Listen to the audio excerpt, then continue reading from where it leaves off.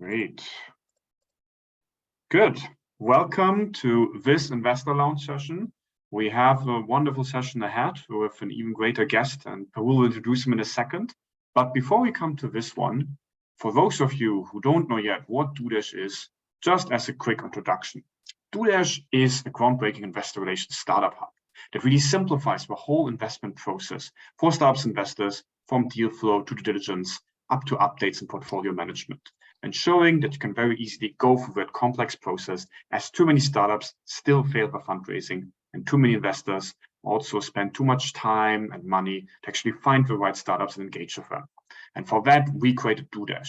And the great thing is, you guys joined today in a session exactly 1 year after the platform was launched. So today we have it, as Parul would call it, our Dash anniversary. So a joyous occasion to celebrate. And we will hear a lot of great things today, also about startup fundraising. And if you're not part of DueDash yet, you should join. There's already startups raising together over 1.6 billion. We have a lot of investors already on there, covering 70 sectors, 1,400 investors plus on the platform. So a lot of stuff is already going on there. So join DueDash tonight, and we're happy to also support you and go with you through your fundraising investment journey, or if you're an investor, also supporting that process as well. So you can just go on DueDash.com and do that now or later on, whenever you're ready. Beyond our DueDash Investor Relations platform, we want to support also founders in other ways to make them investor ready, make them investable, and exchange with investors. There's a lot of difficult questions we will ask, of course. We want to make sure you are building a proper business. And for that, we created a course called the Dash to Investability, which is built on over 60 plus years of founder experience, on many investor experience from the DueDash founding team. So for that, you will learn why investors ask you these questions, how to answer them, become confident, and then able to go into the next meeting and create success for you and your team. We're supported by a lot of different partners, incubators, accelerators, software companies, who also want to make sure that we can go through this mission, making startups investable, creating the next generation of impactful startups. So also have a look at these ones. And with that, if there are further questions, you can let me know. I will be throughout the session here, so you can just write me a private message anytime. And also with that, I would give it to Parul. And before I do this one, let me just unpin me so that I'm not visible anymore. And yeah, I would give it to you, Parul. Thank you, Michael. That's really exciting for me. It's a great journey for us. We exactly launched our platform in beta version last year, and we have thousands of users. And Michael just announced some key metrics that we have. So it's my privilege to welcome Sunny today and celebrate this Dash anniversary with you. So as a founder of DueDash, which is an investor relations that makes startups investable and saves time for investors, I'm really happy to have you all here today. And with my background as a serial entrepreneur and having built multi-million-dollar companies and invested in private companies for more than 15 years now, also have experience in M&A and basically the entire value chain. I'm really excited to welcome Sunny, a partner at GSR Ventures. He focuses on early stage companies applying AI machine learning to healthcare sector. He is a physician by education and has also published several medical research documents. Serial entrepreneur himself and BS in molecular biology from Yale University, MD from Stanford School of Medicine, and MBA from Stanford as well. So it's really my privilege to have Sunny today. And thank you, Sunny, for joining us today. My question would be, you as a medical doctor by training, I would like you to share your detours or the moments that led you to become an investor and why startup investing is important for you personally. Well, thank you so much, Parul, and thank you, Michael. It's truly an honor to be here, especially on your first year Dash anniversary, as you put it. It's really a pleasure. It's a great question, and to be honest with you, it was very much unplanned from my side. You know, as you mentioned, I trained as a physician, and for almost that entire period, I had very much planned to pursue a career as a physician. You know, I've had a deep background in research, and if there was any alternative, it was very much the go down the path as a researcher. But the important thing there was that I had an extensive career or extensive background in artificial intelligence, in informatics, building tools and technologies that allowed me to process large data sets.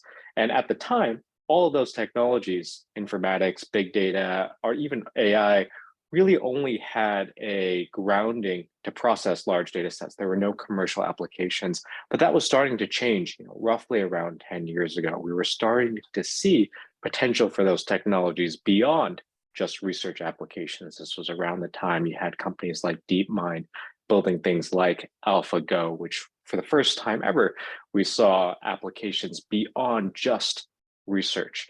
And myself, as a physician in the biomedical healthcare arenas, started to wonder, could we potentially use these types of technologies to deliver healthcare more efficiently, more effectively than previously possible?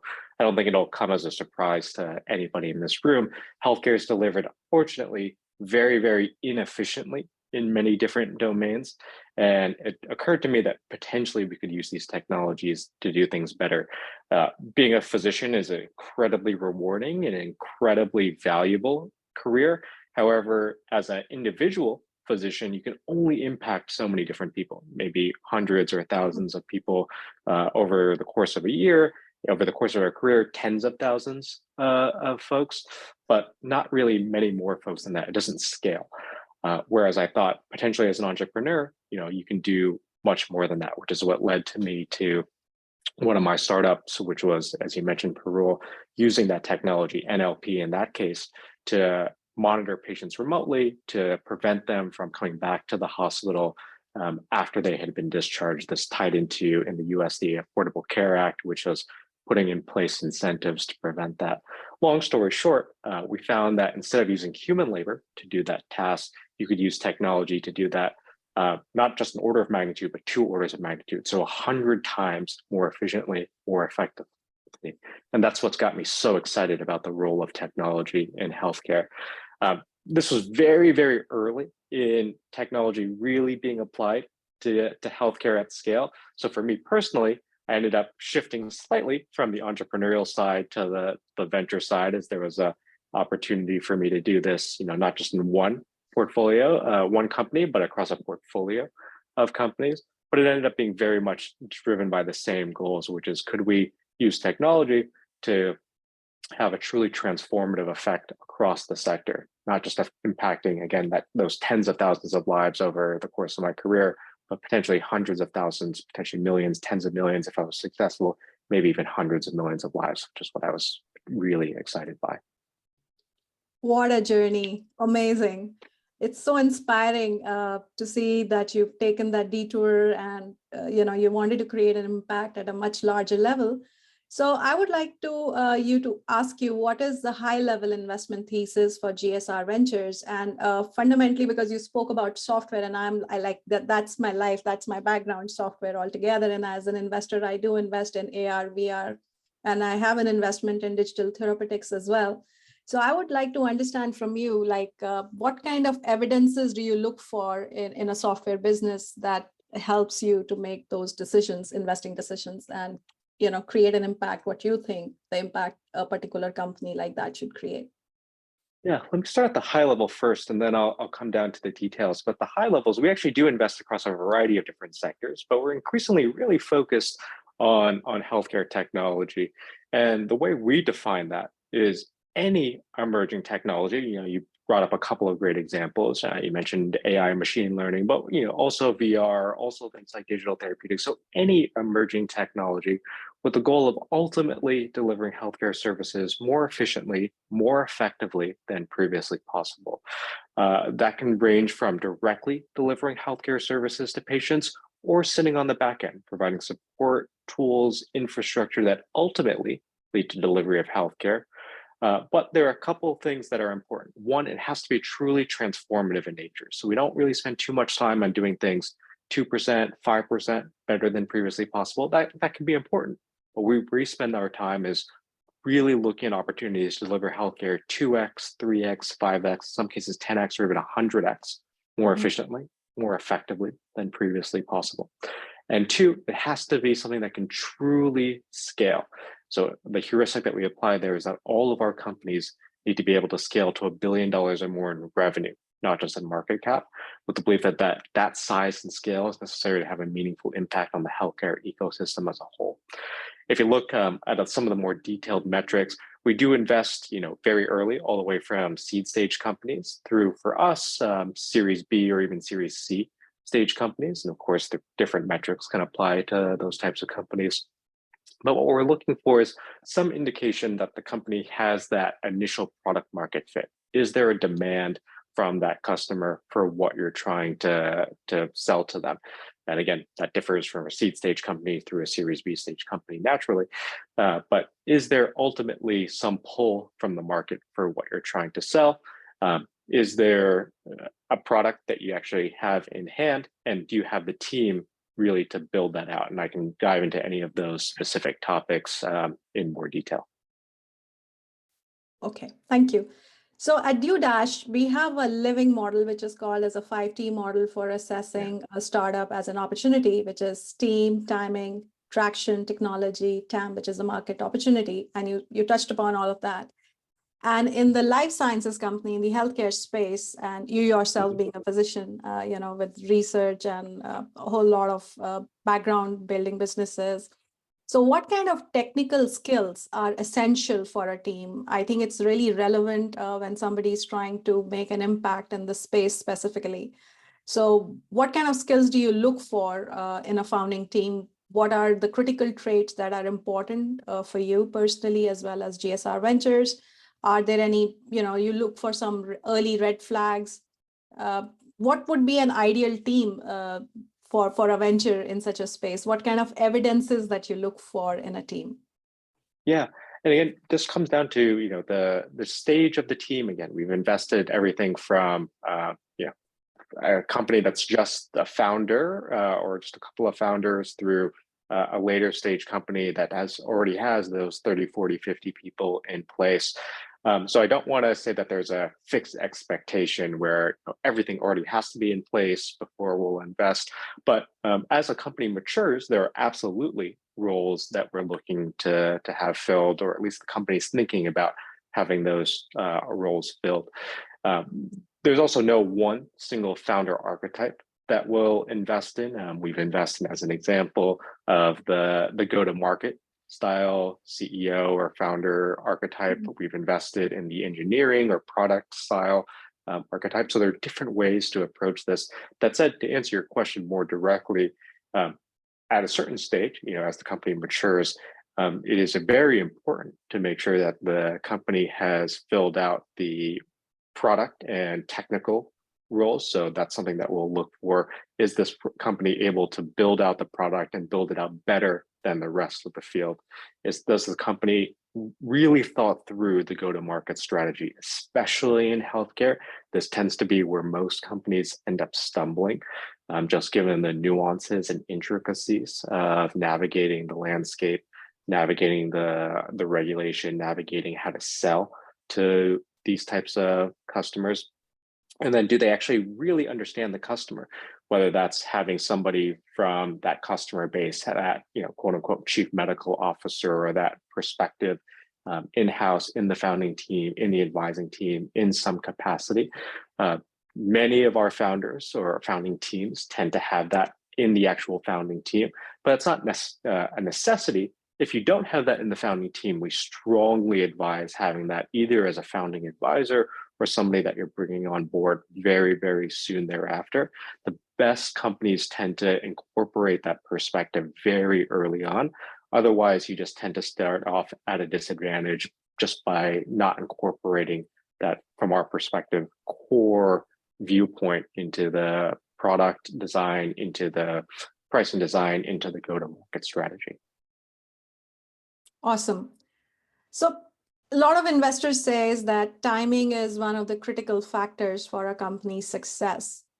I mean, you've touched upon some of the important aspects which drive, for the success. So you look for early customer adoption, stuff like that. But what are some of the growth challenges healthcare companies face? Especially, I have worked with physicians in one of my startups, medical doctors. It was really tough working with them. Can you share some of the best practices for founders who come from that background they should think about when they're building a business like that? Yeah, well, specific to timing, it's very common to hear about being a little bit too late to the market. Where there you have great idea, and you just got beaten to the punch by a competitor who just got there a little bit sooner than you. In the technology space, especially in the healthcare technology space, it's very common to have the opposite issue where you're solving a very important problem. The technology is starting to mature. You're able to build a product, but you have the opposite issue where you're too early. The customer is just not ready to adopt, or the regulators are not quite there yet. And we see it as investors, we see this all of the time. The problem absolutely exists. The technology is there to solve it, and it should be solved. But for one of the reasons that I mentioned, or even a variety of other reasons, we're not quite yet ready for this. I mentioned healthcare AI.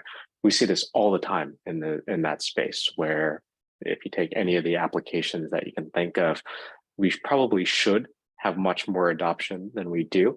But many of the technologies are probably just a little bit too early from a mass adoption perspective. And that can be a very, very strong impediment to growth, unless there ends up being another factor that ends up driving adoption. COVID was a big factor for adoption of healthcare technologies in the past few years. You can take something like telemedicine. Telemedicine is not a new technology. It's been around for decades at this point, but it was languishing around a few percent adoption across the US, somewhere between 2 to 4%. COVID came along and completely changed the game. Almost literally overnight, you went from 2% adoption in many specialties to 40%, 50%, 60% adoption just by necessity, because patients weren't able to see their physician unless they were doing it over telemedicine. In the kind of intra and post-COVID period, that has normalized slightly, but in most specialties, that's now around 20% steady state, which is where it looks like things will settle out. And it stayed there. It hasn't gone back down to 2% or 3%. I think we're seeing things like that just across the board. So there is underlying demand, and occasionally you'll have catalysts like COVID, catalysts like like new legislation that will allow for acceleration and adoption. But we need to be mindful that sometimes, especially in heavily regulated spaces like healthcare, things can take a little bit longer than just the technology would otherwise indicate. Yeah. Okay, so we've seen of late, like it's been happening, and you just touched upon the market keeps on shifting, and we've seen shifting in a different direction as well, where people could raise millions of dollars, especially in healthcare and life sciences space, on a pitch deck. So what's your view on valuations? What kind of hypothesis or business or revenue models do you look for as a traction, as a repeatable business model, so to speak? What's your view on that? Yeah, well, if you zoom out a little bit, valuations always do fluctuate in markets. If you go back, a year or two ago, valuations had actually fluctuated quite significantly, but in the opposite direction. You had seen quite a significant increase relative to the baseline from several years prior to that. And you're absolutely right. In today's environment, relative to where we were a couple of years ago, valuations have gone in the opposite direction, at least as a multiple relative to revenues or ARR. And depending on who you ask, some people will say that it's good that we've adjusted slightly in the opposite direction. Some people will say that we've maybe overcorrected. But the reality is, at least relative to where we were a year ago or 2 years ago, we've absolutely come down from that. What this means is that, at least from our perspective, that entrepreneurs will certainly have to adjust in how they fundraise, adjust how they run their companies, adjust how they spend. When we are advising our companies, the other thing that's changed significantly, and this is a reflection of the public markets today, is what are investors valuing? And the biggest shift there is for the last 5 years, maybe even the last 10 years, the investor ecosystem have very much incentivized growing almost at any cost, which meant that the more you grew, even if you spent quite a bit of money to do that, that was what was heavily incentivized. That has changed very significantly. And again, the clearest example of this is in the public markets and in later stage investing, where now profitability has become the thing that's most highly incentivized. And it used to be the case that many companies were IPOing in the private markets, at least as far as early stage investors were concerned, at the very least. You never really even talked about profitability. That has changed quite a bit. And you're seeing even companies at the Series B, Series C stage being asked about, if not, are you profitable, which can be a little bit of a stretch, what's your plan to profitability? So I think we're seeing the language change. We're seeing the discussions changed quite a bit. And as a result, companies are being really much forced to adapt. In healthcare, this is actually changing very much some of the strategies for a number of different companies. I think you mentioned digital therapeutics not too long ago. And it's forcing a lot of those companies to reassess what is going to be their business model, what's going to be their go-to-market strategy. You've seen a couple of the companies, Pear Therapeutics went public about a year ago. Akili went public just about a month ago. Those companies are very much looking at their business models, and everybody upstream of them is very much looking at their business model and asking, okay, how do we adjust our strategy in order to adapt to this climate where it's no longer just about our product and our pipeline of products, but how can we actually commercialize these products and get to that profitable state as soon as possible? Okay. Thank you. So how do you source startups for GSR Ventures? I'm sure like a lot of people reach out to you directly through inboxes, but what is the different sources through which you get, and where do you see the most successful startups that you've invested in came from? Yeah, it's a great question. Especially as an early stage investor, we definitely cast a wide net. As a later stage investor, particularly series B, C, D, and later, there's a relatively small ecosystem of companies because there are only so many series B companies as a series C investor. But the earlier you go, especially as a seed and series A investor, you definitely look pretty broadly. So for us at GSR, we source our companies, across the entire ecosystem. We're looking at all of the incubators and accelerators out there. This includes, Y Combinator just had their demo day, but we'll look very broadly at StartX, at Plug and Play, at Techstars. Increasingly, we'll look at the more tech-enabled platforms such as DueDash and others. And we'll also very much look at our networks. So folks who come from those ecosystems will find that those tend to be incredibly powerful sources of referrals, just given that the entrepreneurs tend to be part of very tight-knit communities, and they'll know others who are working in this space.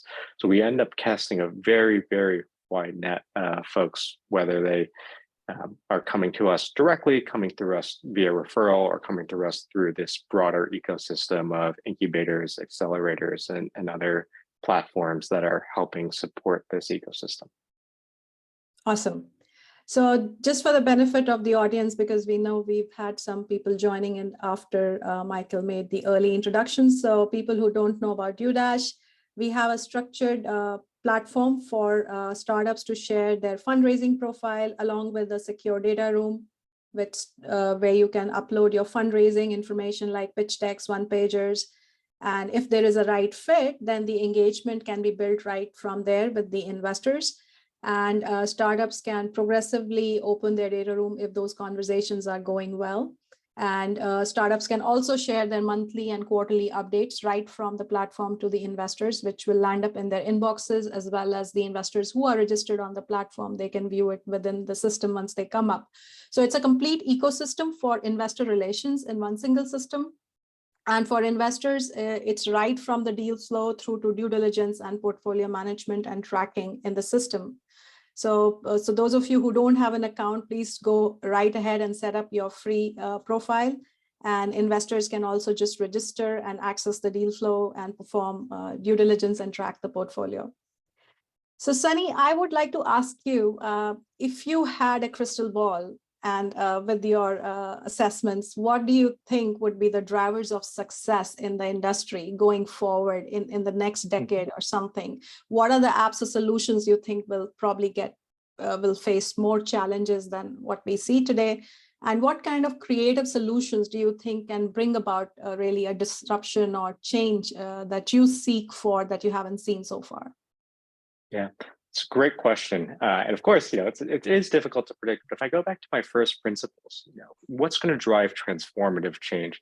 And why am I so excited about transformative change? If I look at, the healthcare ecosystem in the US, it is very expensive. It's very inefficient, but it is ultimately driven by human labor.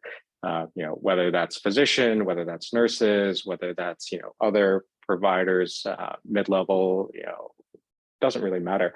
The challenge is that we have so many people trying to deliver care, all of whom are well-intentioned, all of them who are doing a great job, but it's just very, very expensive. When GSR looks at this, we believe that technology can help augment, not replace, augment those providers to make them more efficient, more effective, and able to deliver more care at much lower cost. So that's what gets us super excited about the opportunity going forward, because historically tech has just had very, very little impact on delivering care more efficiently, more effectively. Tech has started to influence healthcare, but really actually hasn't changed the efficiency of healthcare providers. That's where we think the opportunity our time investing. So if you look at opportunities or things that we've invested in our portfolio, this is where we've started really making our bets.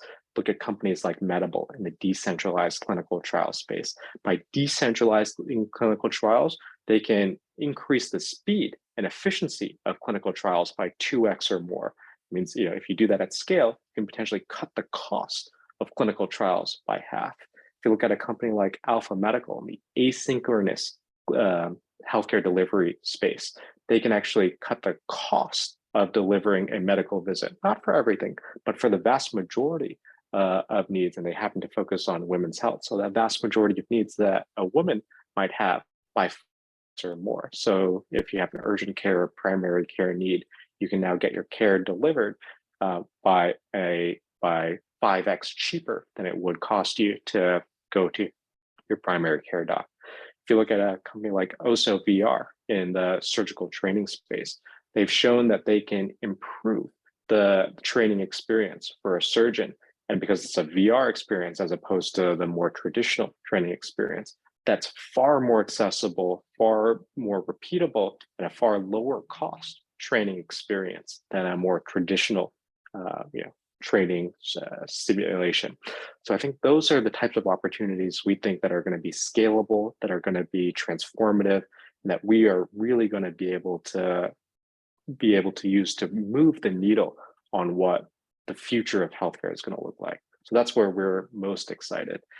There are a lot of opportunities on the other side of things where we think things are going to be a little bit less transformative. We see, as an example, a lot of things today which I think are potentially important, which get a lot of funding, but which just move resources around, which may make things a little bit more convenient in the near term, but which unfortunately I think are not going to be as transformative in really driving that efficiency equation. And again, they may be more convenient, they may make things a little bit better in the short term, but if they're not truly driving that longer term efficiency and effectiveness equation, we don't see it having that long-term impact that we're looking for. So since you spoke about transformation a lot from an industry standpoint, and I'm just going to tap onto your entrepreneurial experience, how should entrepreneurs transform rejection into opportunity to build relationships with funds when they say, okay, you're too early or you're too late, or it's just not the right time or not the right fit? Yeah, it's a great question. I mean, I think, again, of course I'm going to be biased, but I think most investors, when they send those types of messages, are actually coming from a good place. There are going to be occasions where a investor will tell you that something is out of scope, and maybe in those cases they probably mean that, okay, it really isn't going to be a good fit for them, and you're of course welcome to stay in touch and follow up. But most investors, myself included, when they say something is too early, they are really meaning that I want to stay in touch with you. It just isn't the right time right now. At least for GSR, because we have the privilege of being a multi-stage investor, when we see something that isn't is too early or just isn't the right fit right now, we do generally mean that we stay in touch. We would like to follow up, and we are delighted when those companies reach out, when they give us updates. There are a number of occasions where we've not had the opportunity to invest in one round because the company just didn't quite meet the criteria that we needed to at that time, but they did progress. They did show, as an example, we were looking for product market fit, as I mentioned. Maybe they didn't have it at the time that we were looking when we first met, but as the company continued to make progress, as they continued to scale, they were able to demonstrate that they did have that product market fit, that they were able to generate the pull from the customer base. And maybe it took them 6 months, 12 months, or 18 months to generate that. But once they're able to show that, that's enough to at least meet our bar. So we're absolutely continuing to track the companies that we meet. GSR only makes a small number of investments a year. At least that's part of our strategy. We want to make sure that we're able to really devote the time to our companies. And in order to do that, we can only really go deep with a few companies if we make a select number of investments.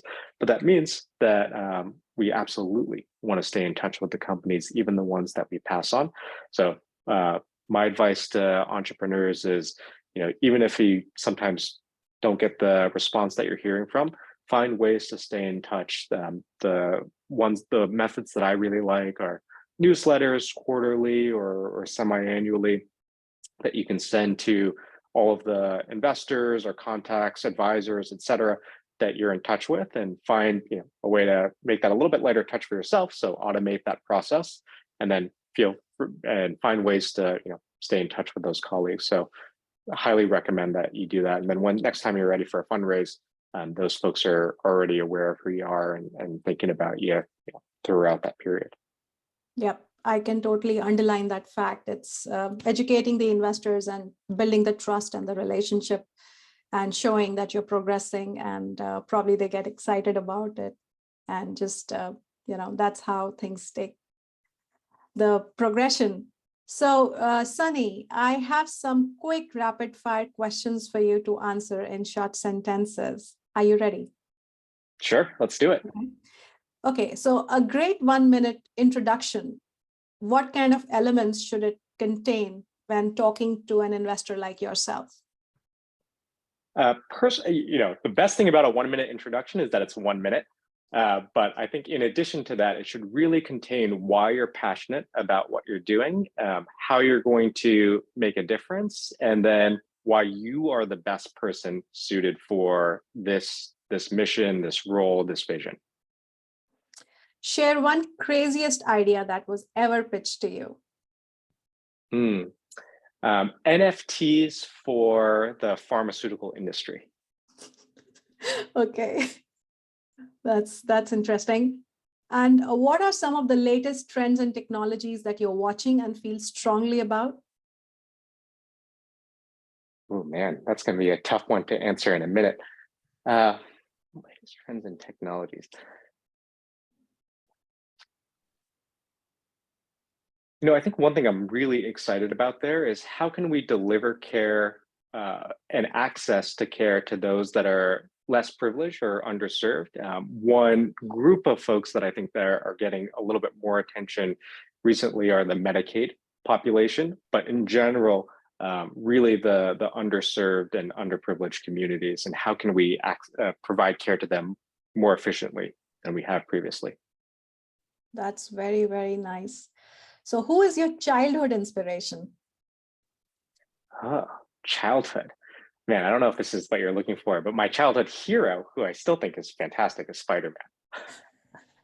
Okay. So what qualities do you value most in a professional relationship? I think honesty is probably honesty, and being straightforward in communication is probably the most valuable trait that I can have in almost any professional relationship. So what drives you when you get up in the morning? My mission. I mean, I think being able to do what I do, having an impact in healthcare, is something that I wake up energized to do every single day. Awesome. What are you currently reading? Oh, I'm a big sci-fi fan, so science fiction fan. And the book series that I'm reading right now is The Expanse, which is a series about humanity's exploration through the stars. Very interesting. So, Sunny, if you were to give one piece of advice to young Sunny, what would that advice be? You cannot predict where you'll end up. So very much enjoy the journey and learn as much as you can during it. Awesome. Thank you. So I'm going to take now audience's questions. We have quite a lot of them. There is a question from Pete. What indicators do you typically rely to assess initial product market fit? I think you did touch upon that earlier on. Maybe if you can just say for very early stage, which is interesting. Yeah. It's a great question, and it'll depend very much on the stage. So we adapt that to the different stages of the companies we're looking at. So as an example, maybe I'll work backwards because it'll give you a little bit of indication of what we're looking for at each stage. So for a Series B company, at this stage, a company should be, past contract stage and really looking for scale. So we're looking for, ideally millions of dollars in revenue, but significant contracts, and really the ability to either expand those contracts significantly or grow those contracts materially. Series A stage, depending on kind of the type of company, they should at least be initial contracts in hand, or pilots, something that the company has to indicate that there's significant commercial interest, ability to commercialize those contracts, and something that suggests that this is something that the company can monetize significantly once that initial capital or significant additional capital is put in place here to grow the go-to-market opportunity. Seed is probably where it's trickiest. Some of those companies will have some of that commercial activity, but not many of those seed stage companies. I think this is where we'll have to use GSR. We'll have to use our judgment in understanding the market opportunity.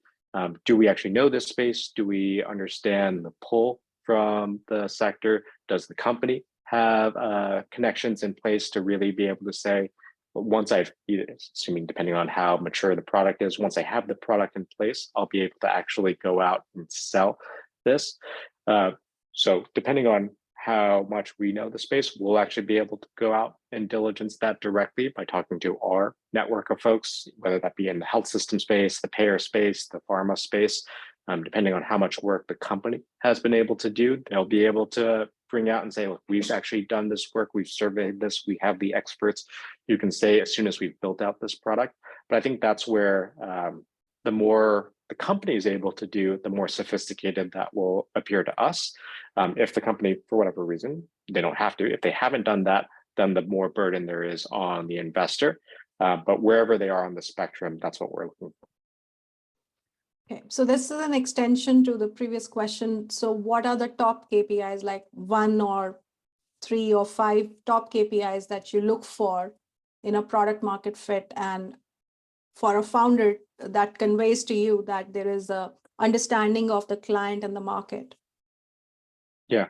So it, again, depends on stage. The best KPI is revenue. The second best KPI is contracts. The next is indication of pull. So if that company has revenue, then it's relatively straightforward. If they don't have revenue, but they have contracts or pilots, then we can start to extrapolate from that. If we don't have that, then we start looking at pipeline. So do you have folks who are looking to buy but haven't yet converted? If we don't have any of those, then it gets a little bit trickier, and then we start looking at some of the more softer figures where do you have indications of folks that would be willing to buy if this existed? Can we go do that type of interviews and network information ourselves? If none of that exists, then it becomes a much softer type of indication where we can do some sort of type of TAM, a market analysis. But honestly, then it becomes a little bit of a softer analysis as opposed to some of the more rigorous metrics that we would like to see. Mm-hmm. So there's another question is that do you also invest in physical like hardware components, startups, or is it just purely software or tech-enabled businesses? We will invest in hardware-enabled companies occasionally, but generally GSR is primarily a software-driven company. So software has to be the core competency and what's the driving factor. An example of this would be a company like Kinsa, which is a smart thermometer company. So there's absolutely and a very important hardware component in this company, and that the thermometer is actually what they're selling, what's actually used to gather the data. But the real secret sauce of this company is the software that allows them to use the data that's provided by their users who opt in, to allow them to integrate all of this fever data, this temperature data, in order to generate a signal or an insight into where infectious disease is going. So they gather temperature data from all across the country to then forecast where infectious disease, whether that historically was flu, more recently is things like COVID, will be not just today, but where it will be 2 weeks, 4 weeks, 8 weeks, 12 weeks out into the future. And that's what's actually very valuable, because that sort of insight can then be provided to governments, that can be provided to illness product companies, that can be provided to health systems who will then pay for those types of insights. Very interesting, very basic, and there are a lot of stuff being developed around trends and analytics from different devices, but nobody thought about thermometer until now, so it's good to know. Mm-hmm. It's amazing. So there's a next question, probably I can take a jab at that. So Faiz, I know you're studying MBA at Johns Hopkins, and you have met some founders who are doing R&D and trials and innovation. So the best way to get in touch with GSR is ask them to set up their fundraising profile on DueDash and reach out to Sunny. I believe it's set up, so you can message me through that. Yeah, message him and make sure it's relevant, and make sure you can share what innovations you're doing, what are the trials, where you are in that journey, how far you are, and where you want to go. So there is a template for the 5T, and you can respond based on that. So the next question is, how do you assign a valuation to a company that has some sales, but mostly a potential to achieve, some high results, but they're just early? That's probably the question. Yeah, it depends on where you are in the sales journey, but setting valuations always a tricky task. There's no set formula. You'll hear things like multiples of ARR, and that's kind of a shortcut that many investors use. As we were discussing a little bit earlier in the conversation, those multiples have adjusted significantly in the past 6-9 months, and that's what the vast majority of folks in the ecosystem will use. But there's no one answer to that, and you're right. Some companies which may have a truly transformative proprietary tech will get valued something very differently than what their revenues today will otherwise indicate, because that proprietary transformative tech will act as a moat relative to the rest of their competitors. So all of that gets factored into the valuations that any investor will provide. So there's no one answer. You can't just say it's going to be whatever 10x or 15x or 20x your revenue multiple, and that's what it is going to be no matter what. Those tend to be, again, heuristics that investors will use, but that's a very simplistic way of approaching it, even if that's, again, what the majority of investors will use as a first pass when evaluating a company. So there's another question which has just popped in the chat is about the demystification of TAM, SAM, and SOM, and considering the life sciences or the healthcare industry is, it's regulated. So how should the founder define the opportunity? I mean, I can definitely answer a bit, but I would definitely love to hear your thoughts on that. You obviously need to start from a geography where you're going to be launching your product. And if it has a possibility to, receive approvals in different geographies, adjacent markets, or probably global, then you just need to create that as a growing TAM. Well, how would you assess that, Sunny, and what would be your suggestion to the founders? Yeah, at the end of the day, the more important thing than having a number is how did you get to that number? At the end, you have to present a number, but any investor who gets into anything beyond that initial conversation will really want to understand how you got to the number. And just as important to me, at least, in getting to the actual number that you present is the way that you got to that number reasonable or unreasonable. If the way that you got to the number is reasonable, I will say that, hey, this entrepreneur is a thoughtful person. They know how to present something. They're really thinking through the calculations here. If they just threw together a bunch of numbers, multiplied them, and tried to create the biggest number possible, I will discount everything that they say to at least some degree going forward. So I think you're absolutely right, Parul. There are ways to approach it. You come up with the markets, you figure out what the growth rate is. All of that's important, and everybody here on this conversation is able to figure that out. But what I'm trying to get to here is it's really important to make sure that not only are you trying to put your best foot forward and show a big number, because that's really important, but it's also really important, as I was mentioning, what's the most important trait? It's really important to be honest and trustworthy and show that you can put together something that's not only big, important, shows that you're going after a meaningful market, but that you can do so in a way that's reliable, because that's what any investor here is likely going to care about.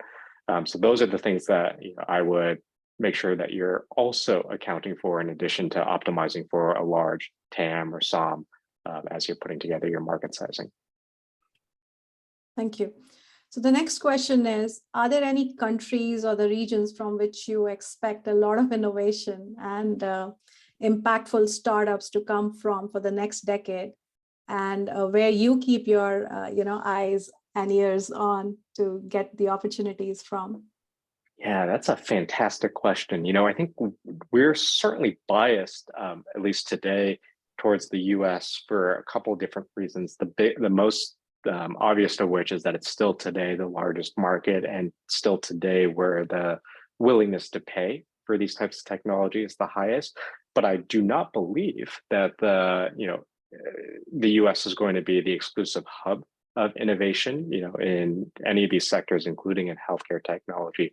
We see there being so much talent, so much demand, so much opportunity for these types of technologies to be developed all across the world. And there's no one geography, whether that's Europe, Latin America, Asia, Africa, any of these areas are going to be where we see, the future entrepreneurs, future talent, future, ideas coming from, especially if you look at something like healthcare technology, again, where I have my, most of my expertise. The interesting thing about these technologies is, again, I fully acknowledge the willingness to pay, the economics are greatest in the US, but that doesn't necessarily mean that the need is the highest in the US. If you take something like even a relatively obvious example, like an AI radiology system, yes, the US will pay the most for a radiology read. But if you look at many countries, take India as an example, the need for radiology reads is probably highest in India. If you look at the number of scans being done relative to the number of radiologists available in a country like India. So if you have a system that's just as good as a human radiologist, there actually may be more demand for that type of system in a country like India relative to the US. So I think there are going to be opportunities in many different geographies, many different countries going forward. So whether that's going to be India, whether that's going to be Nigeria, whether that's going to be Brazil, I think we should really continue to look broadly for those types of technologies. Sure. So I would just say to the founders who have great game-changing ideas, please feel free to set up your profile on DueDash and share your data room to Sunny through that. And that way you will get more personal and personalized feedback directly from there. So as an extension to the previous question about Tam, Sam, and Som, one of the interesting question here is how are investors valuing the market today? Is it for something better and more efficient and more effective? Is that getting more value, or is it something which is totally new, disruptive, which is going to change the world? It's really about what's going to be able to get traction. So the challenging thing in healthcare is it is relatively difficult to displace a solution.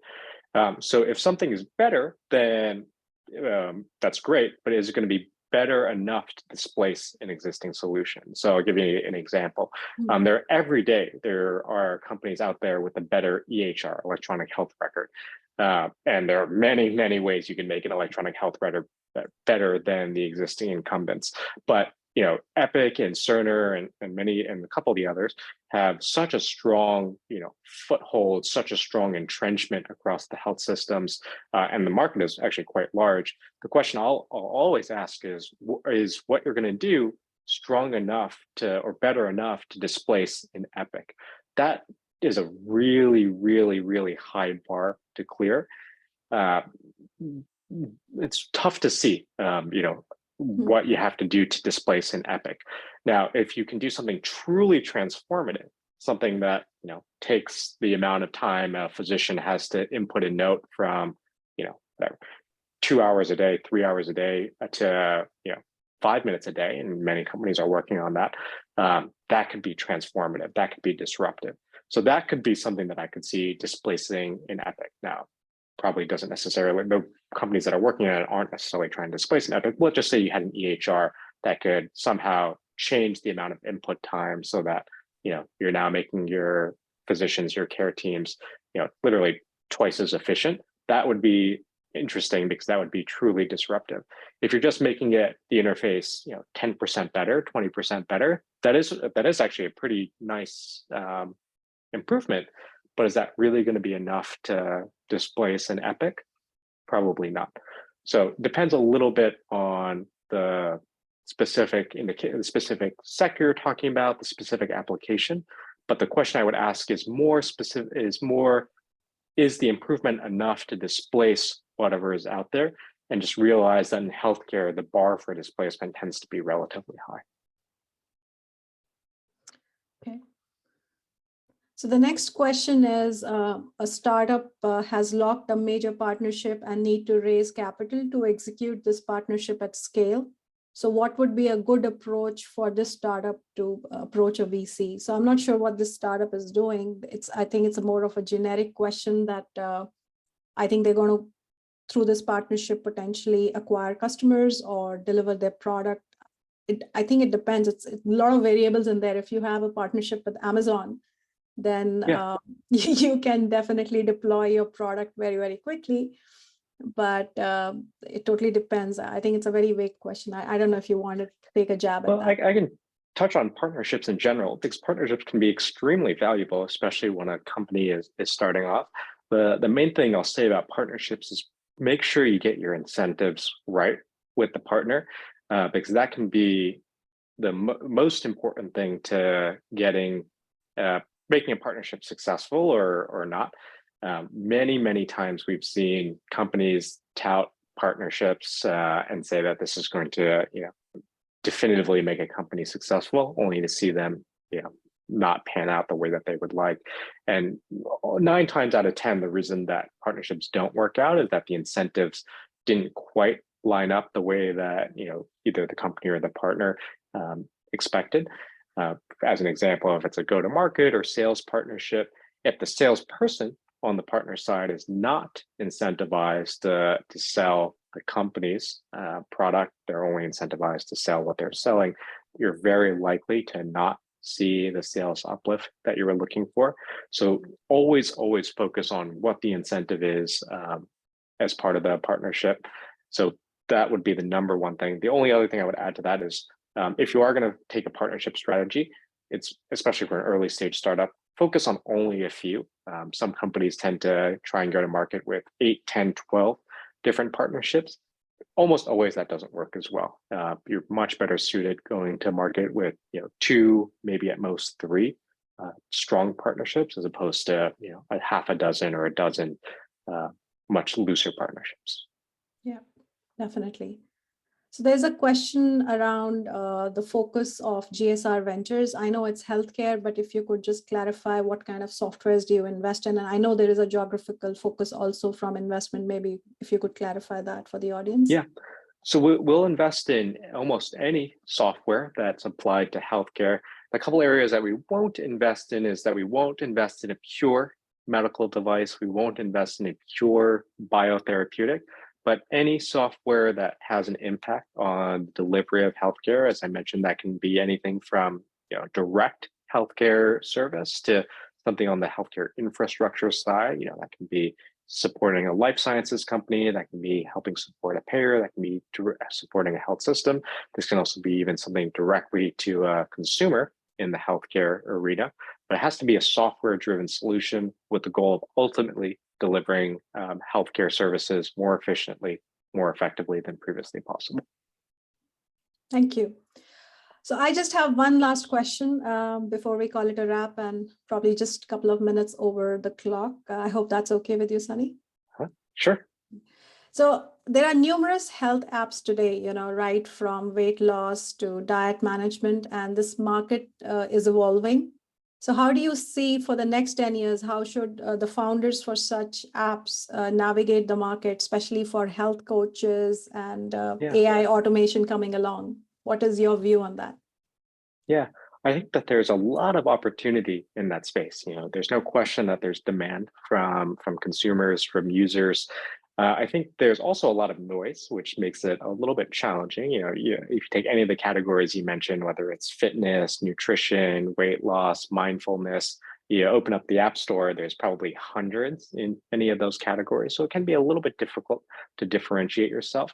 I think the number one thing that any app developer in that space should think about is, how do I actually retain users? Because that's been the number one challenge as far as I'm concerned with any of those solutions. And it doesn't matter, even it's not quite an app, but it doesn't really matter if you're a Peloton or if you're the number one mindfulness app, the number one nutrition app. Retaining those users long-term has always been the challenge in the healthcare space generally, just because you're driving the behavior change that can be relatively difficult to stick with. And everyone's tried everything, whether that's gamification, whether it's incentives, whether it's social network. But over time, you tend to churn your users. So finding ways to truly retain users, I think, is the number one challenge that honestly is largely still unsolved. If we can figure out how to address that, I think there's a big opportunity here that's, again, still largely untapped. Awesome. It's been really amazing talking to you. It's been really insightful.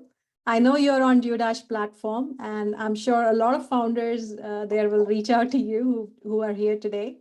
And you'll be able to find some amazing startups, and looking forward to your engagement there. Those of you who are here today, thank you for joining, and for the live streamers, if you liked it, please share it, and have a great day and great evening from wherever you guys have joined today. Thank you so much, everybody. Thank you, Parul. Thank you, everybody, for listening. Thank you so much.